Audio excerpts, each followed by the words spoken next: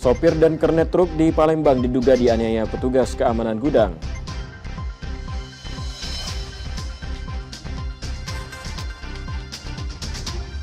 Bandar narkoba yang menewaskan anggota polisi di Lahat terancam hukuman mati.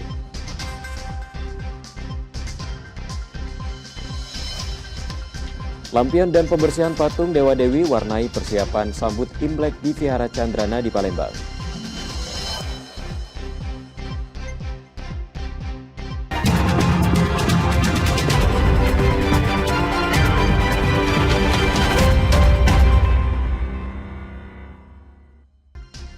Selamat pagi saudara, apa kabar Anda hari ini? Seperti biasa kami akan membuka hari Anda dengan sejumlah informasi dari wilayah Sumatera Selatan dan daerah lain di Sumatera bagian selatan. Selain 3 informasi utama tadi, masih ada informasi menarik lainnya akan kami sampaikan untuk Anda. Bersama Sorabiansyah, Anda menyaksikan Kompas Sembasel di Kompas TV, independen, terpercaya.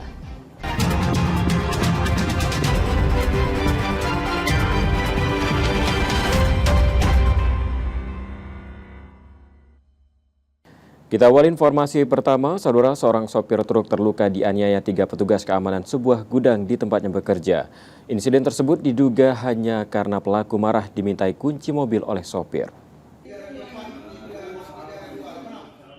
Ari Herlangga bersama adiknya, seorang sopir dan kernet truk kontainer di Palembang, melaporkan dugaan penganiayaan dilakukan beramai-ramai yang mereka alami ke Polrestabes Palembang oleh sejumlah petugas keamanan gudang di tempat mereka bekerja. Dalam laporannya, Ari menerangkan ia pergi ke gudang dan meminta kunci mobil pada pelaku, namun tiba-tiba adiknya dikejar pelaku dan dianiaya. Ari yang saat kejadian berada di dalam mobil juga ikut dianiaya beramai-ramai para pelaku hingga luka. Para pelaku juga merusak kaca mobil truk yang Ari kendarai. Ari tak mengetahui pasti penyebab pengeroyokan, namun ia menduga hanya karena pelaku marah saat dimintai kunci mobil. Masalah kunci mobil, nggak senang dia tuh diminta. Ngomongin, maaf ya kalau pintu tidak ditutup, gitu. Begitu aku minta kunci mobil, saya bilang kunci mobil kamu. Dapat sudah saya kunci mobil, dapat. Aku mau dari mobil, ada aja itu gitu uang. Ada. Dan paknya sama kakaknya datang, mecah kaca mobil langsung mati aku dalam mobil ini. Mobil apa ini pecah kak? Pusok. Mobil pusok ya? Iya. Berapa ngeroyok gitu kak? 3. Laporan Ari Herlangga dan adiknya kini dalam penanganan Polrestabes Palembang. Yudi Kiswanto, Kompas TV, Palembang, Sumatera Selatan. Saudara, 2 bandar narkoba yang menikam seorang anggota polisi hingga tewas di Lahat, Sumatera Selatan dijerat pasal berlapis dan terancam hukuman mati.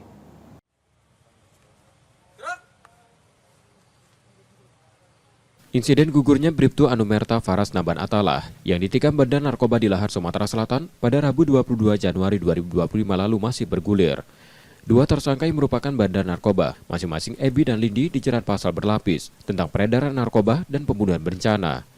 Kabid Humas Polda Sumsel Kombes Sunarto menegaskan, keduanya merupakan penjahat kambuhan kasus serupa dan pencurian yang pernah menjalani hukuman di Polres Sempat Lawang. Setelah dilakukan pemeriksaan, urin 2 tersangka tersebut dinyatakan positif narkoba jenis ganja. Kini keduanya masih menjalani pemeriksaan di Polres Lahat dan terancam hukuman mati. Nama Bribtu Anumerta Faras Naban Atalah akan diabadikan menjadi nama salah satu gedung Polres Lahat sebagai bentuk penghormatan. Hasil dari tes urin yang dilakukan, ternyata keduanya positif mengkonsumsi narkotika jenis ganja. Kemudian yang kedua, bahwa mereka ini residivis dari Polres Sempat Lawang terkait kasus curanmor dan juga narkoba. Keduanya kita pastikan untuk ditangani proses hukumnya. Kemudian kita terapkan pasal 340 pembunuhan berencana karena sengaja melukai petugas sehingga meninggal dunia.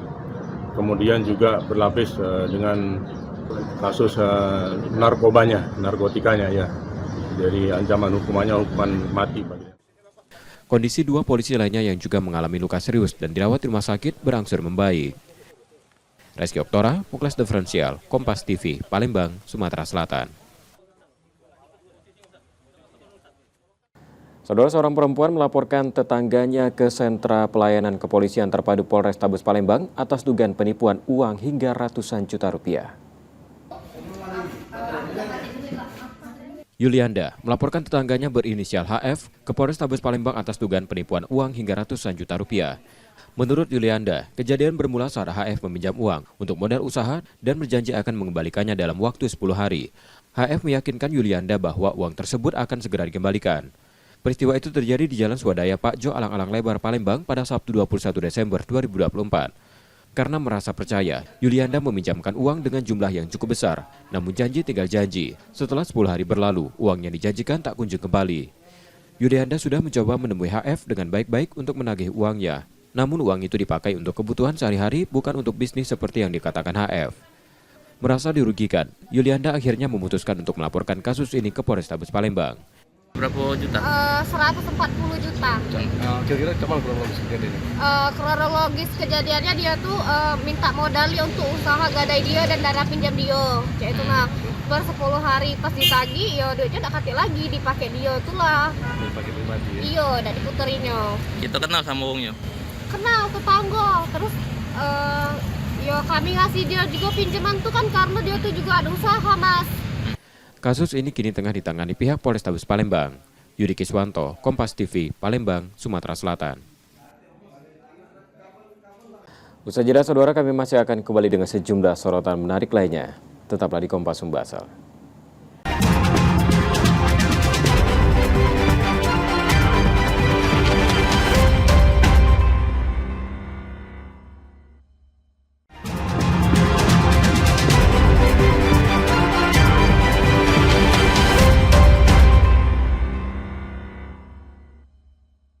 Anda kembali menyaksikan Kompas Sumbasel, saudara, dan saatnya kita akan menyimak sejumlah sorotan dari wilayah lain di Sumatera bagian selatan.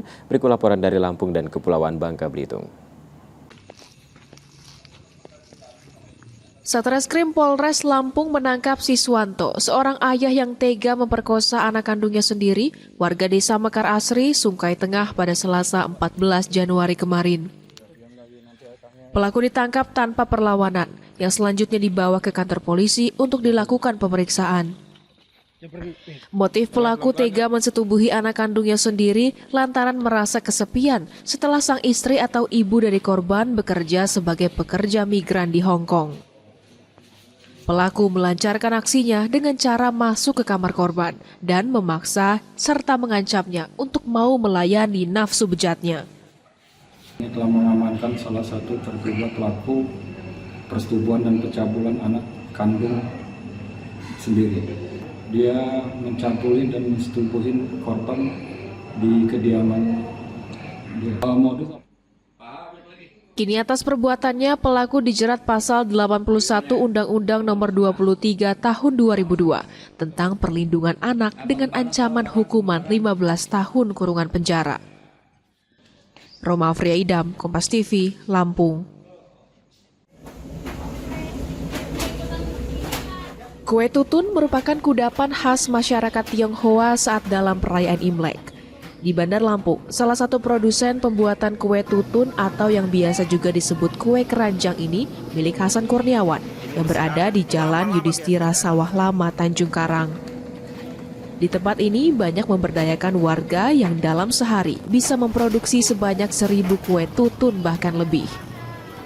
Usaha produksi kue tutun milik Hasan ini merupakan usaha keluarga yang dilakukan secara turun-temurun sejak tahun 1978 silam. Kue tutun atau kue keranjang ini berbahan dasar tepung ketan, gula, santan, dan sejumlah bahan lainnya yang hasil olahannya memiliki tekstur legit dan manis yang cocok disantap bersama orang terkasih.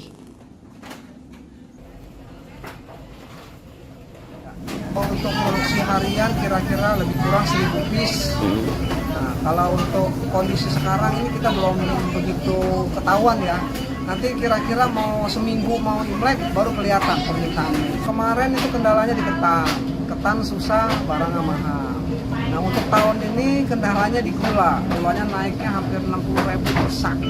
Jadi ya mau nggak mau kita harus menaikkan harga per kilonya dari tahun ini. Hasan juga menyebut biasanya permintaan akan kue tutun meningkat ketika 1 minggu jelang perayaan Imlek yang dijual dengan harga Rp15.000 per buahnya. Roma Afria Idam, Kompas TV, Lampung.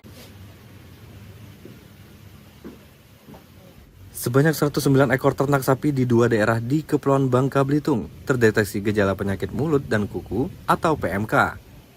Dari jumlah tersebut, 96 ekor berada di Pangkal Pinang, serta 13 ekor lainnya ditemukan di Kabupaten Bangka. Jumlah ini didapat setelah beberapa peternak melaporkan bahwa hewan mereka menunjukkan gejala virus tersebut. Setelah melakukan uji coba terhadap sampel darah sapi beberapa waktu lalu, Dinas Ketahanan Pangan dan Pertanian Kepulauan Bangka Belitung langsung mengkarantina serta mengisolasi sapi-sapi tersebut di tempat yang berbeda. Langkah ini diambil untuk mencegah penyebaran penyakit lebih lanjut dan memberikan perawatan yang diperlukan bagi ternak yang terinfeksi. Di pengajuan AD tinggal dikirim ya kita. Kalau di Bangka yang sudah dilaporkan ada 13 ekor. Kalau di Pangkal Pinang dari 2 kandang itu ada 96 ekor.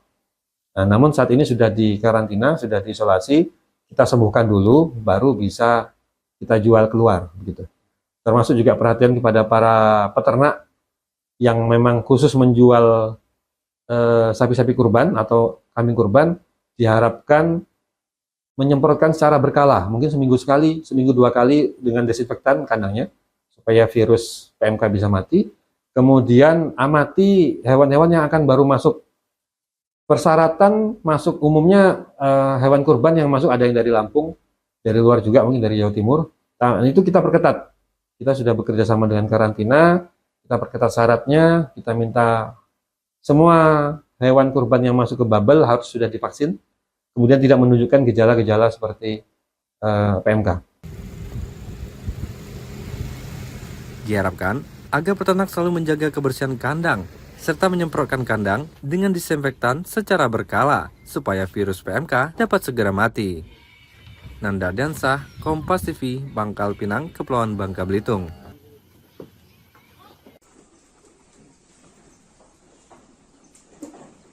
Kasus penyakit mulut dan kuku atau PMK mulai kembali marak terjadi di sejumlah daerah di Indonesia.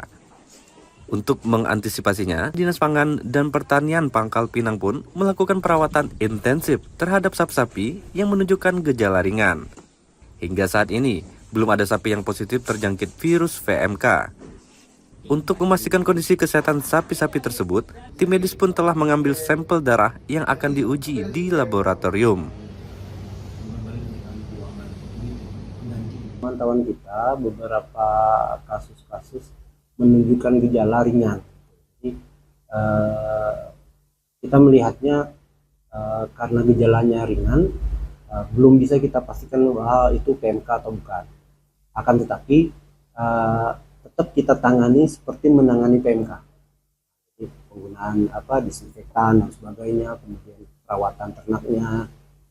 Dan kita juga saat ini karena ada gejala begitu ringan, kita mengambil sampel darah, kemudian kita uji.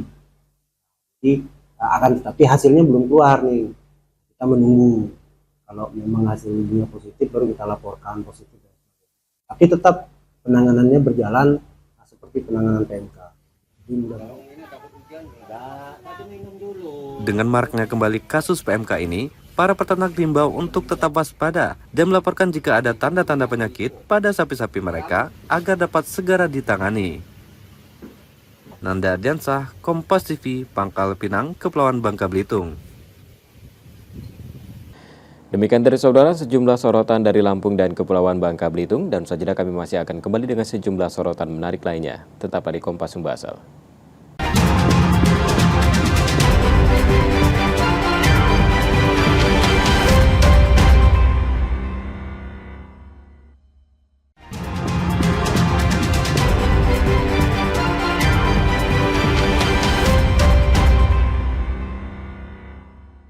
Anda masih menyaksikan Kompas Sumbasel, saudara, dan selanjutnya kita akan menyimak sejumlah sorotan dari Bengkulu. Berikut laporan selengkapnya.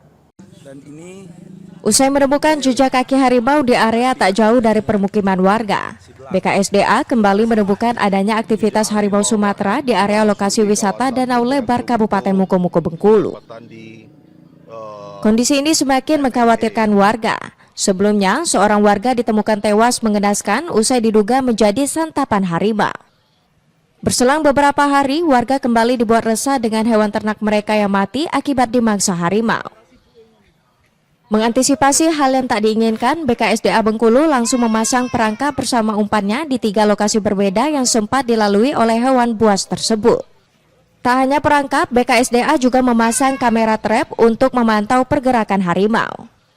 Sebelum kami kesini tadi, kami telah bersama-sama dengan Pak Camat dan Universitas tempat lakukan briefing karena diduga harimau itu masuk hutan di Danau Lekang. Sampai saat ini kan dia belum keluar.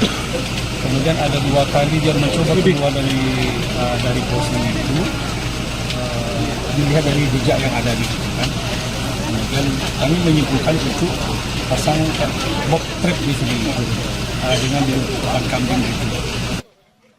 Pemasangan perangkap harimau ini dilakukan selama 21 hari ke depan sembari memantau pergerakan harimau tersebut. Bayazir Al-Rehan, Kompas TV Bengkulu. Petugas Dinas Sosial Kota Bengkulu setempat kesulitan saat akan mengevakuasi seorang ODGJ di kawasan Balai Bontar, Kota Bengkulu. ODGJ yang mengaku bernama Ari ini sempat melawan petugas dengan mengeluarkan senjata tajam dan berlari ke jalan raya hingga menyebabkan kemacetan arus lalu lintas. Beruntung petugas dengan cepat langsung mengamankan ODGJ tersebut ke pinggir jalan. Saat diamankan, ia sempat mengaku merupakan warga sekitar, namun warga tidak sama sekali mengenalinya. Dinas Sosial Kota Bengkulu menyebut pengamanan ini dilakukan usai pihaknya mendapat laporan dari warga yang resah dengan keberadaan ODGJ yang seringkali mengganggu aktivitas warga sekitar termasuk pengendara yang melintas. Gelandangan dan kita perdalam lagi tadi diskusi, sepertinya juga ada gangguan kejiwaan.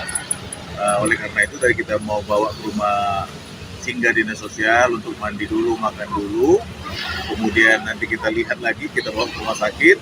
Ternyata tadi melakukan perlawanan, mengeluarkan senjata tajam. Jadi tadi kita ngelapor juga, baik saya, Pak Camat Lurah melapor ke pihak Polsek untuk ya karena dia sudah senjata tajam berarti perlu bantuan dari pihak polisian. Usai diamankan, ODGJ tersebut langsung dibawa ke RSKJ Bengkulu untuk mendapat penanganan. Bayazir Al-Rehan, Kompas TV Bengkulu.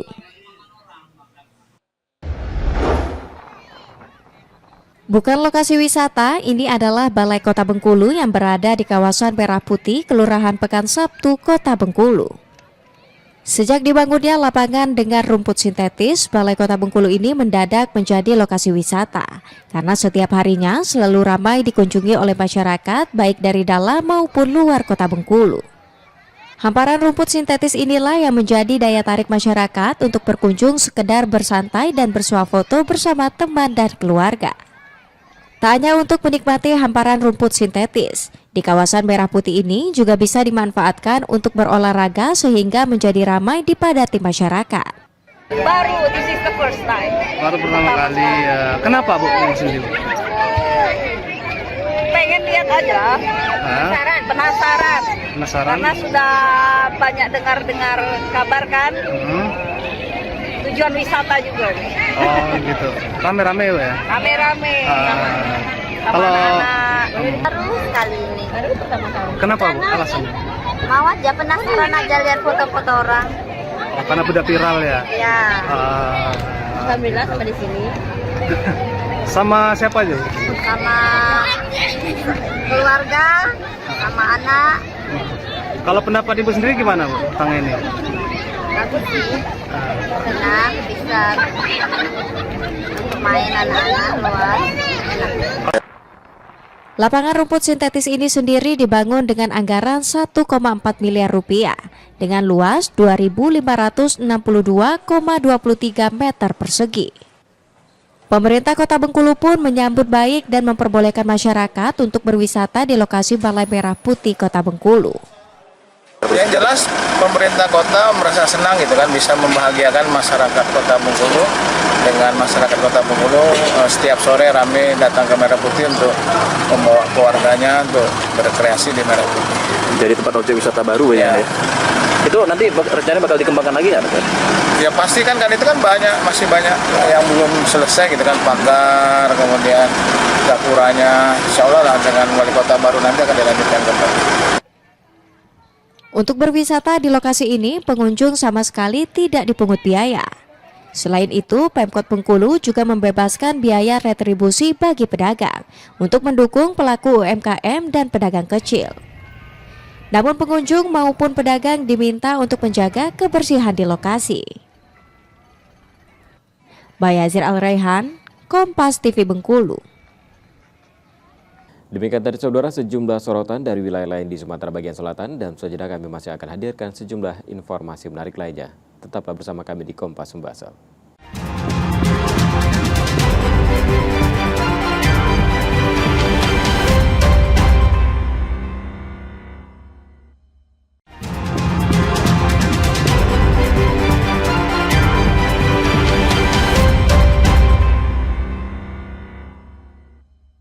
Anda kembali menyaksikan Kompas Sumbasel. Saudara, mencegah kasus penyakit mulut dan kuku atau PMK di Sumatera Selatan, DKPP Sumsel menyiapkan 10.000 vaksin dan gencar melakukan vaksinasi sapi peternak. Mengantisipasi penyakit mulut dan kuku atau PMK, Dinas Ketahanan Pangan dan Peternakan Sumatera Selatan gencar melakukan vaksinasi. Seperti di salah satu peternakan kawasan Kalidon di Palembang, 60 ekor sapi bergilir divaksin.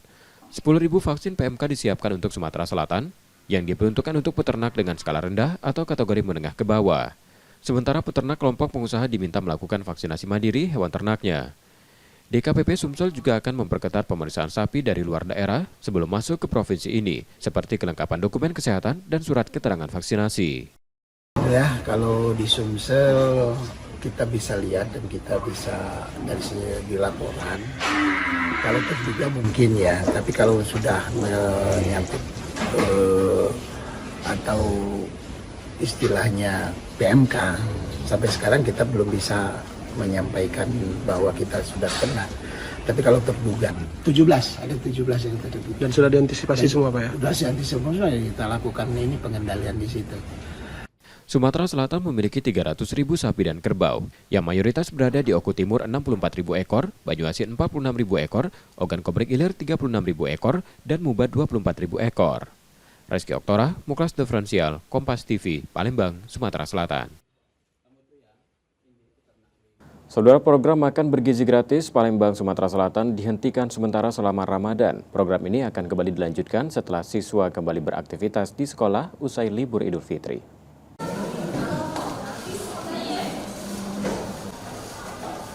Program makan bergizi gratis yang memasuki minggu ketiga di Kota Palembang, sudah 2 dapur di 2 kecamatan yang berjalan. Masing-masing Kecamatan Ilir Bar 1 dengan sasaran 5 sekolah dan Kecamatan Sukarami 4 sekolah. Saat Ramadan, program ini akan dihentikan sementara. Kepala Dinas Pendidikan Kota Palembang juga masih akan mencari informasi terkait alokasi dari program ini selama Ramadan. Pak, gimana Pak? Ya, untuk dananya itu berasal sepenuhnya murni dari APBN melalui DIPA-nya Badan Gizi Nasional. Badan Gizi Nasional ada juga satuan kerja yaitu SPPG di tiap-tiap wilayah. Untuk bulan Ramadan ditiadakan, namun kami akan masih mencari informasi apakah diganti dalam bentuk lainnya seperti apa. Namun kami baru dapat informasi untuk bulan Ramadan ini ditiadakan. Namun menurut Badan Gizi Nasional, program MBG tetap berjalan selama Ramadan, namun dengan menerapkan skema khusus. BGN menegaskan penyelenggaraan program MBG selama Ramadan merupakan bagian dari komitmen pemerintah untuk mendukung kesehatan dan gizi siswa, bahkan di tengah suasana bulan suci. Muhammad Reza Palevi, Kompas TV, Palembang, Sumatera Selatan. Saudara, Polsek Seberang Ulu 1 Palembang siap amankan perayaan malam tahun baru Imlek di Kelenteng Candrana di Palembang. Sejumlah personil akan diturunkan menjaga keamanan dan cegah terjadinya kriminalitas pada momen hari besar tersebut.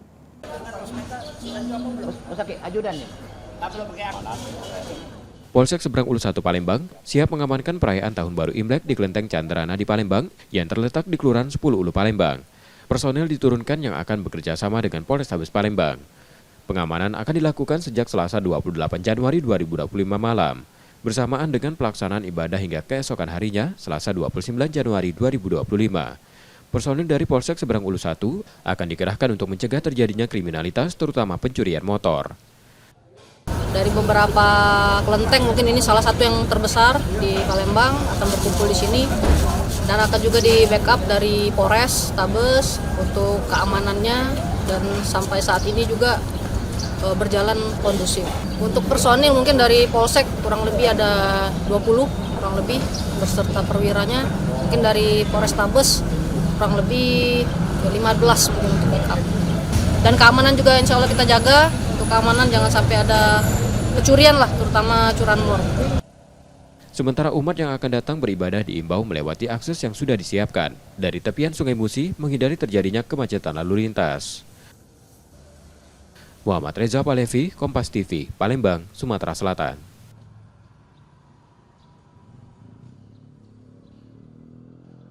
Usai jeda saudara, kami masih akan hadirkan sejumlah sorotan menarik lainnya. Tetaplah di Kompas Membasel.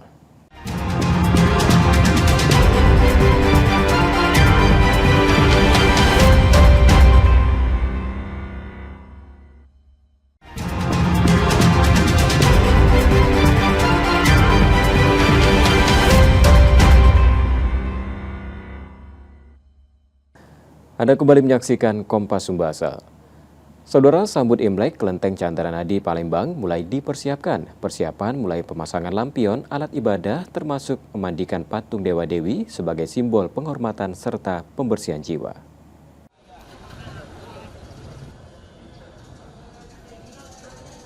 Kelenteng Candrana di Palembang atau dikenal Kelenteng Dewi Kuan Im, salah satu kelenteng tertua di Palembang, mulai mempersiapkan diri jelang Tahun Baru Imlek. Kelenteng yang berdiri sejak 1773 pada masa Kerajaan Sriwijaya menjadi kelenteng yang ramai didatangi terutama di setiap momen Tahun Baru Imlek. Jelang Tahun Ular Kayu, Kelenteng Candrana mulai dipersiapkan. Mulai pemasangan lampion, alat ibadah, termasuk memandikan patung Dewa Dewi yang menjadi ritual khusus simbol penghormatan serta pembersihan jiwa. Setelah itu diantar hari ini ya kita mulai bersih-bersih. Kita mungkin sekarang udah lihat kita mulai proses membersihkan rupa karena perjalanan kita begitu mereka sudah naik berarti posisi udah kosong rumpang-rumpangnya, saatnya kita mulai bersih. Nah, kita bisa lihat sekarang ini kita mulai bersih kurang lebih hampir 100 rumpang kurang lebih hampir 100 rumpang apa? Patung-patung nih. Jadi kita udah mulai bersihkan dan rumpang ini semua kita turunkan, kita bersihkan, kemudian kita ganti baju yang bersih. Jadi sama seperti manusia lah. Menjelang tahun baru kita mau suasana semua bersih, hati bersih, penampilan bersih, buang yang buruk-buruk. Jadi kita jangan lagi menatap ke belakang. Kita optimis ke depan. Harapannya tahun ini kok? Harapan selalu saya bilang normatif ya. Harapan tahun depan itu harus lebih bagus. Bertambahnya usia seharusnya kita lebih bijak. Jadi bertambahnya usia berarti mengurangi usia kita. Jadi kita harus bijak, harus lebih wise dalam mengatur sifat. Mungkin ada yang buruk-buruk ya kita buanglah sifat-sifat kita. Jadi saya pikir itulah normatif kali kan, semangat baru untuk menyambut, menatap ke depan itu lebih optimis. Ribuan umat akan membanjiri kelenteng ini untuk beribadah pada malam Tahun Baru Imlek nanti. Muhammad Reza Palevi, Kompas TV, Palembang, Sumatera Selatan.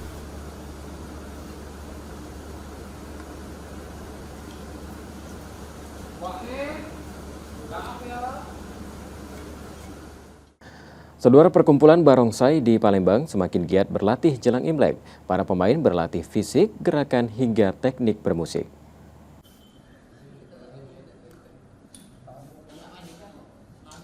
Jelang Imlek, perkumpulan barongsai di Palembang tengah mempersiapkan diri, seperti yang dilakukan kelompok barongsai Eng Antong. Kelompok yang didominasi pelajar mendapatkan berkah jelang Tahun Baru Imlek, dengan banyaknya permintaan tampil bahkan sebelum malam pergantian tahun. Atraksi yang ditampilkan biasanya barongsai yang merupakan tarian singa yang dimainkan 2 orang. Ada juga tarian liong berupa naga yang dimainkan beberapa orang. Masing-masing pemain nampak berlatih dengan serius. Dari kuda-kuda juga koreografi yang akan ditampilkan. Pemain musik yang tak bisa dipisahkan dalam atraksi barongsai tampak juga serius memadukan permainan alat musik mereka. Jika biasanya jadwal latihan seminggu sekali, jelang pergantian tahun ini mereka bisa setiap hari berlatih agar menampilkan atraksi yang maksimal. Banyak sih, dari latihan fisik itu lebih penting. Kekuatan fisik kita sama kerja sama tim. Kerja sama tim. Ya. Nah, ini kan menjelang Imlek. Kita biasanya latihan berapa kali tuh Mas? Dalam seminggu atau gimana? Sebulan kita full. Sebulan full. Ini menjelang Imlek ini Mas? Menjelang Imlek. Kerja sama sih harus lebih penting. karena satu barongsai 2 orang. Harus bisa kerjasama bareng, kalau nggak bisa jadi barongsai sih. Kebugaran fisik jadi modal dalam memainkan barongsai, selain kekompakan dan keselarasan antar pemain. Kelompok yang memiliki 35 anggota ini juga membuka anggota tak terbatas untuk bergabung di kelompok ini. Muhammad Reza Palevi, Kompas TV, Palembang, Sumatera Selatan. Beralih ke informasi olahraga saudara, kompetisi Liga 4 Zona Sumatera Selatan, Asosiasi Kota PSSI Palembang diwakili 6 klub terbaiknya. Ke-6 klub diharapkan mampu berprestasi.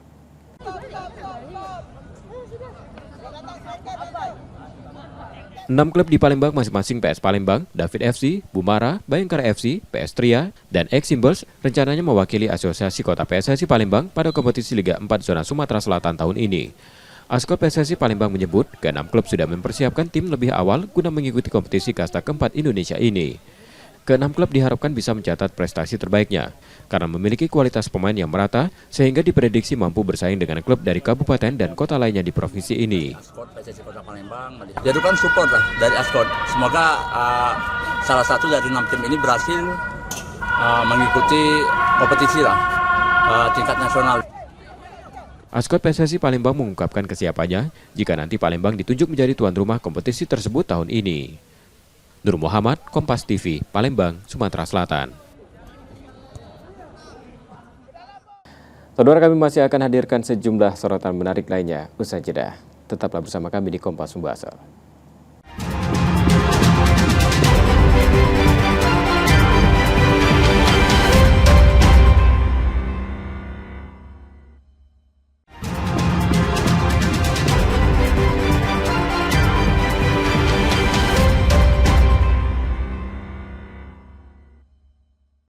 Terima kasih Anda kembali menyaksikan Kompas Sumbasel, saudara.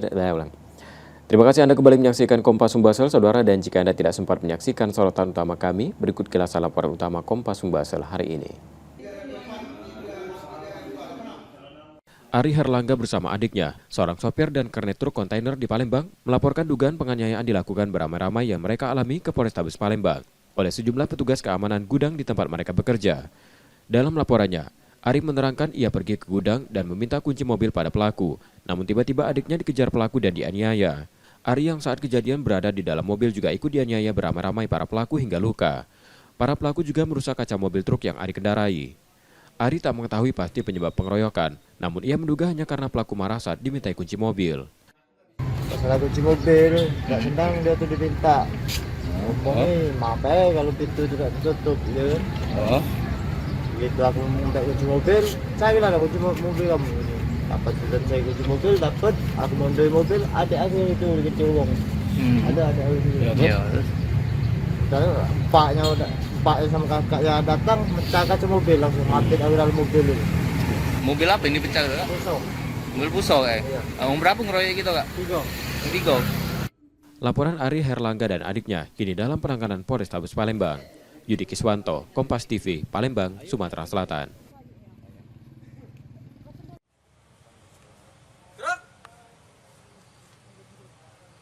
Insiden gugurnya Bribtu Anumerta Faras Naban Atalah yang ditikam Badan Narkoba di Lahar, Sumatera Selatan pada Rabu 22 Januari 2025 lalu masih bergulir. 2 tersangka yang merupakan bandar narkoba, masing-masing Ebi dan Lindi dijerat pasal berlapis tentang peredaran narkoba dan pembunuhan berencana.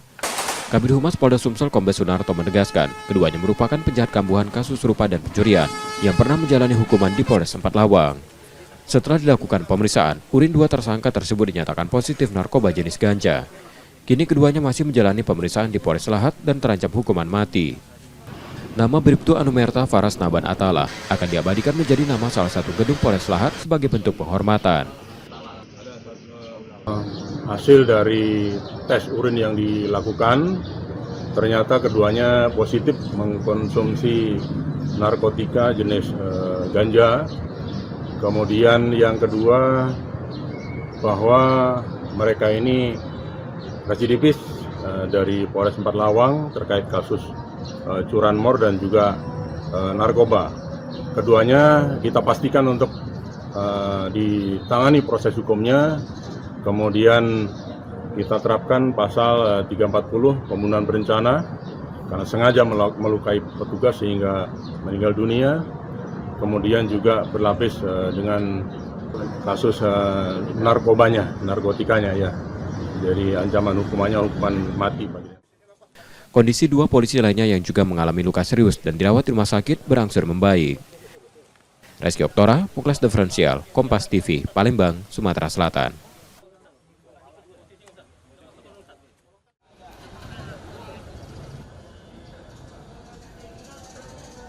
Kelenteng Candrana di Palembang atau dikenal Kelenteng Dewi Kuan Im, salah satu kelenteng tertua di Palembang, mulai mempersiapkan diri jelang Tahun Baru Imlek. Kelenteng yang berdiri sejak 1773 pada masa Kerajaan Sriwijaya menjadi kelenteng yang ramai didatangi, terutama di setiap momen Tahun Baru Imlek. Jelang Tahun Ular Kayu, Kelenteng Candranadi mulai dipersiapkan. Mulai pemasangan lampion, alat ibadah, termasuk memandikan patung Dewa Dewi, yang menjadi ritual khusus simbol penghormatan serta pembersihan jiwa. Setelah itu diantar hari ini ya kita mulai bersih-bersih. Kita mungkin sekarang udah lihat kita mulai proses membersihkan Rupang karena perjalanan kita begitu mereka sudah naik berarti posisi udah kosong Rupang-Rupang. Saatnya kita mulai bersih. Nah, kita bisa lihat sekarang ini kita mulai bersih kurang lebih hampir 100 Rupang, kurang lebih hampir 100 Rupang. Rupang itu apa? Patung-patung nih. Jadi kita udah mulai bersihkan dan Rupang ini semua kita turunkan. Kita bersihkan, kemudian kita ganti baju yang bersih. Jadi sama seperti manusia lah. Menjelang tahun baru kita mau suasana semua bersih, hati bersih, penampilan bersih, buang yang buruk-buruk. Jadi kita jangan lagi menatap ke belakang. Kita optimis ke depan. Harapannya tahun ini kok? Harapan selalu saya bilang normatif ya. Harapan tahun depan itu harus lebih bagus. Bertambahnya usia seharusnya kita lebih bijak. Jadi bertambahnya usia berarti mengurangi usia kita. Jadi kita harus bijak, harus lebih wise dalam mengatur sifat. Mungkin ada yang buruk-buruk ya kita buanglah sifat-sifat kita. Jadi saya pikir itulah normatif kali kan, semangat baru untuk menatap ke depan itu lebih optimis. Ribuan umat akan membanjiri kelenteng ini untuk beribadah pada malam Tahun Baru Imlek nanti. Muhammad Reza Palevi, Kompas TV, Palembang, Sumatera Selatan.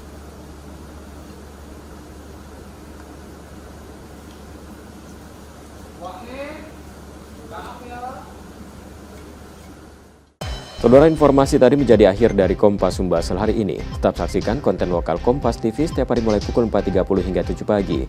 Dan kembali kami ingatkan bagi Anda yang ingin berbagi informasi, kritik ataupun saran, dapat mengakses media sosial kami di @kompastv_palembang. Akhirnya saya Rubiansa pamit, terima kasih dan tetap menyaksikan Kompas TV, independen, terpercaya. Sampai jumpa.